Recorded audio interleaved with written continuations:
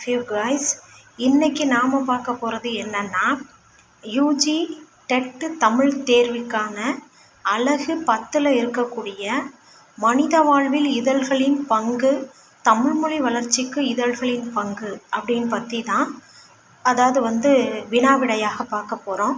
அதில் முதலாவது வினா என்ன அப்படின்னா, அற அடிப்படையிலும் சட்ட நோக்கிலும் பொறுப்பேற்கும் அமைப்பாக இதழியல் திகழ்கிறது என்றவர் யார் அப்படின்னு பார்த்தோன்னா, ஆப்ஷன் ஏ ராமச்சந்திர ஐயர் அப்படின்னு பார்க்குறோம்.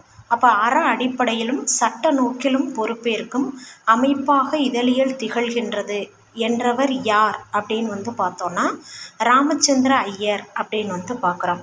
தென் ரெண்டாவது வினா, கூற்று செய்தித்தாளின் நோக்கங்களில் ஒன்றாக மக்களின் உணர்வினை அறிந்து அதனை வெளியிடுவது, உணர்வுபூர்வமான எண்ணங்களை உருவாக்குவது, இது கூற்றாக இருக்குது. தென் இரண்டாவது காரணம் அப்படின்னு பார்த்தோன்னா, பொதுமக்களிடம் இருக்கும் குறைகளை துணிச்சலாக எடுத்துரைப்பது செய்தித்தாள் என காந்தியடிகள் கூறுகிறார் அப்படின்னு பார்க்குறோம். அப்போ முதல்ல நோக்கங்களில் ஒன்றாகவும் மக்களினுடைய உணர்வினை அறிந்து அதனை வெளியிடுவது, எண்ணங்களை உணர்வுபூர்வமாக உருவாக்குவது அப்படின்னு சொல்லும் பொழுது செய்தித்தாள் சொல்லப்படுது. ரெண்டாவது காந்தியடிகள் என்ன சொல்கிறாரு அப்படின்னா, பொதுமக்களிடம் இருக்கக்கூடிய குறைகளை துணிச்சலாக எடுத்துரைப்பது தான் செய்தித்தாள் அப்படின்னு சொல்லிட்டு காந்தியடிகள் சொல்கிறாரு. ஸோ கூற்று சரி, காரணமும் சரி அப்படிங்கிறது இரண்டாவது வினா. தென் மூன்றாவது வினா அப்படின்னு பார்த்தோன்னா, பத்திரிக்கை தான் நாட்டு சுதந்திரத்தின் மிகப்பெரிய காவலாளி அப்படிங்கிறவர் யார் அப்படின்னு பார்த்தோன்னா லார்டு கிரே அப்படிங்கிறவர். ஸோ பத்திரிக்கை தான் நாட்டு சுதந்திரத்தின் மிகப்பெரிய காவலாளி என்றவர் யார் அப்படின்னு பார்த்தோன்னா லார்டு கிரே அப்படிங்கிறத பார்க்குறோம். தென் அதுக்கடுத்தாப்புல அடுத்த வினாவாக பார்க்குறோம் அப்படின்னா, சரியானவற்றை பொருத்துக அப்படிங்கிற நிலைகளில் சொல்லப்படுது. ஸோ என்ன அப்படின்னு பார்த்தோம்னா, அறிவியல் இதழ்கள் என்னென்னலாம் பார்க்கலாம், கல்வி இதழ்கள் என்னென்ன சொல்லப்படுது, தொழில் இதழ்கள் என்னென்ன சொல்லப்படுது, எழுத்தாளர் இதழ்கள் என்னென்ன சொல்லப்படுது. இப்போ அறிவியல் இதழ்கள் அப்படின்னு பார்த்தோன்னா கலைக்கதிர், விவசாயம் அப்படின்னு பார்க்குறோம். தென் செகண்ட் ஒன் கல்வி இதழ்கள் அப்படின்னு பார்த்தோன்னா ஆசிரியர் குரல், கல்வி அப்படின்னு பார்க்குறோம். மூன்றாவது தொழில் இதழ்கள் அப்படின்னு பார்த்தோன்னா நெசவாளி, ஏர்முரசு. நாலாவது எழுத்தாளர் இதழ்கள் அப்படின்னா Bharathi, Tamilppavai. All of you guys திரும்ப நோட் பண்ணுங்கள். அறிவியல் இதழ்கள் அப்படின்னு பார்த்தோன்னா, அறிவியல் அப்படிங்கிறத எதுக்குள்ளே கொண்டு வர்றாங்கன்னா விவசாயத்துக்குள்ளே கொண்டு வர்றாங்க. அப்போ கலை, விவசாயத்தில் கொண்டு வர்றாங்க, அறிவியலில் கலை அதுக்குள்ளே இருக்குது. அப்போ கலைக்கதிர், விவசாயம். செகண்ட் ஒன் கல்வி இதழ்கள், கல்விக்கு கல்வின்னு சொல்லும் பொழுது அதிலே கல்வி வந்துடும். அந்த கல்வியில் வரக்கூடியவங்க ஆசிரியர் குரல், கல்வி. மூன்றாவது தொழில் இதழ்கள், தொழிலுக்கு யார் வருவா, நெசவாளி வருவார், ஏர்முரசு வரும். எழுத்தாளர் அப்படிங்கிறவங்க நல்ல கலைகள் மிக்கவர்களாக இருப்பாங்க. ஸோ பாரதி என்பது கலை. அடுத்து தமிழ்ப்பாவை அப்படின்னு பார்க்குறோம். தென் ஐந்தாவது வினா என்ன அப்படின்னா, பேரறிவாளர் நெஞ்சில் பிறந்த பத்திரிகை பெண்ணே அப்படிங்கிற தலைப்பில் கவிதை எழுதியது யார் அப்படின்னா பாரதிதாசன். இதனுடைய முதல் வரி என்ன அப்படின்னா, காரிருள் அகத்தில் நல்ல கதிரொளி நீதான், இந்த பாரிடை துயில்வோர் கண்ணில் பாய்ந்திடும் எழுச்சி நீதான், ஊரினை நாட்டினை உலகினை ஒன்று சேர்க்க பேரறிவாளர் நெஞ்சில் பிறந்த பத்திரிகை பெண்ணே அப்படின்னு பார்க்குறோம். அப்போ பேரறிவாளர் நெஞ்சில் பிறந்த பத்திரிகை பெண்ணே அப்படிங்கிற தலைப்பில் கவிதை எழுதியது யார் அப்படின்னா பாரதிதாசன். அடுத்து இதழ்களின் பணி அப்படிங்கிறது என்ன அப்படின்னா, இதழ்களினுடைய பணின்னு சொல்லும் பொழுது அறிவித்தல் இருக்கும், அறிவுறுத்தல் இருக்கும், மகிழ்வித்தல் இருக்கும், வாணிபம் செய்தல் இருக்கும்.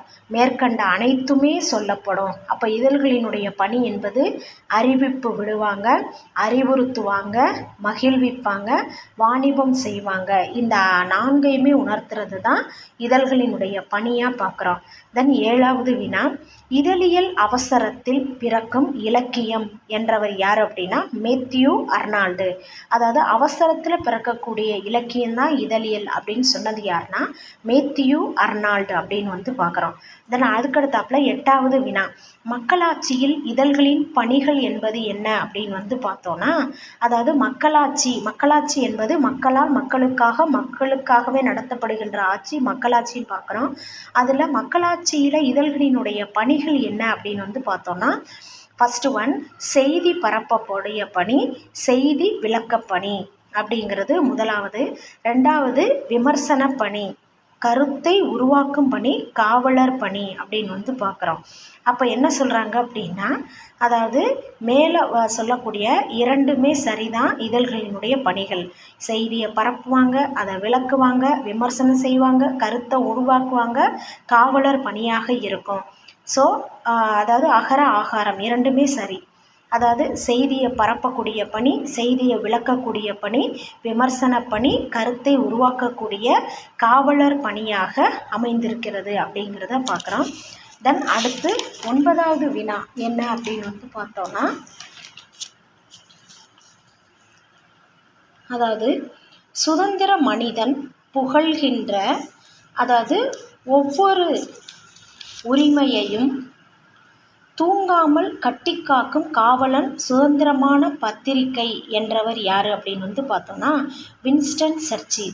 இந்த வினாவை திரும்ப கவனிங்க. சுதந்திர மனிதன் புகழ்கின்ற ஒவ்வொரு உரிமையையும் தூங்காமல் கட்டிக்காக்கும் காவலன் சுதந்திரமான பத்திரிகை அப்படின்னு சொன்னது யார் அப்படின்னா வின்ஸ்டன் சர்ச்சில் அப்படின்னு பார்க்குறோம். அதாவது தூங்காமல் அப்படின்னு சொல்லும் பொழுது தூங்காமல் என்ன பார்க்குறோன்னா விண்ணை பார்க்குறோம். அப்போ வின்ஸ்டன் சர்ச்சில் அப்படிங்கிறது. 10வது வினா, கூற்று. ஆர்சி சர்க்கார் என்ற பத்திரிகையாளர் கூறுவது இந்திய பத்திரிகை வரலாறு என்பதே அதனுடைய சுதந்திரமான போராட்ட வரலாறு தான். அதாவது இந்திய பத்திரிகை இந்திய பத்திரிகையினுடைய வரலாறு அப்படிங்கிறது சுதந்திரமான போராட்ட வரலாறு தான் அப்படின்னு ஆர்சி சர்க்கார் தான் சொல்கிறாரு. காரணத்தில் பார்த்திங்கன்னா, இந்த ஆர்சி சர்க்கார் என்ற பத்திரிகையாளர் கூறுவது என்ன அப்படின்னா, இந்திய பத்திரிகை வரலாறு என்பதே அதனுடைய பொய்மைக்கான போராட்ட வரலாறு தான். அப்போ சுதந்திர போராட்ட வரலாறு தான் அப்படின்னு சொல்லப்படுது. அடுத்து அதாவது பொய்மைக்கான வரலாறு தான் சொல்லப்படுகிறது. இப்போ ஆன்சரை கவனிங்க. அதாவது கூற்று சரி, காரணம் தவறு. கூற்று என்ன சொல்கிறாங்க அப்படின்னா, ஆர்சி சர்க்கார் என்ற பத்திரிகையாளர் இந்திய பத்திரிகை வரலாறு அப்படிங்கிறது அதனுடைய சுதந்திரமான போராட்ட வரலாறு தான் அப்படின்னு சொல்கிறாங்க. அதாவது அதனுடைய இங்கே நீங்கள் அதை தான் கவனிக்கணும். அதாவது இந்திய பத்திரிகையினுடைய வரலாறு அப்படிங்கிறது அதனுடைய சுதந்திர போராட்ட வரலாறு தான் அப்படிங்கிறது தான் சரி. அதனுடைய பொய்மைக்கான போராட்ட வரலாறு அப்படிங்கிறது தவறு. அப்போ ஆர்சி சர்க்கார் என்ன சொல்கிறாருன்னா, இந்திய போராட்ட வரலாறு அப்படிங்கிறது அதனுடைய பொய்மைக்கான வரலாறு தான் அப்படிங்கிறத சொல்லி முடிக்கிறாரு. இந்த அழகு 10னுடைய தொடர்ச்சியை அடுத்த வகுப்பில் பார்ப்போம். நன்றி, வணக்கம்.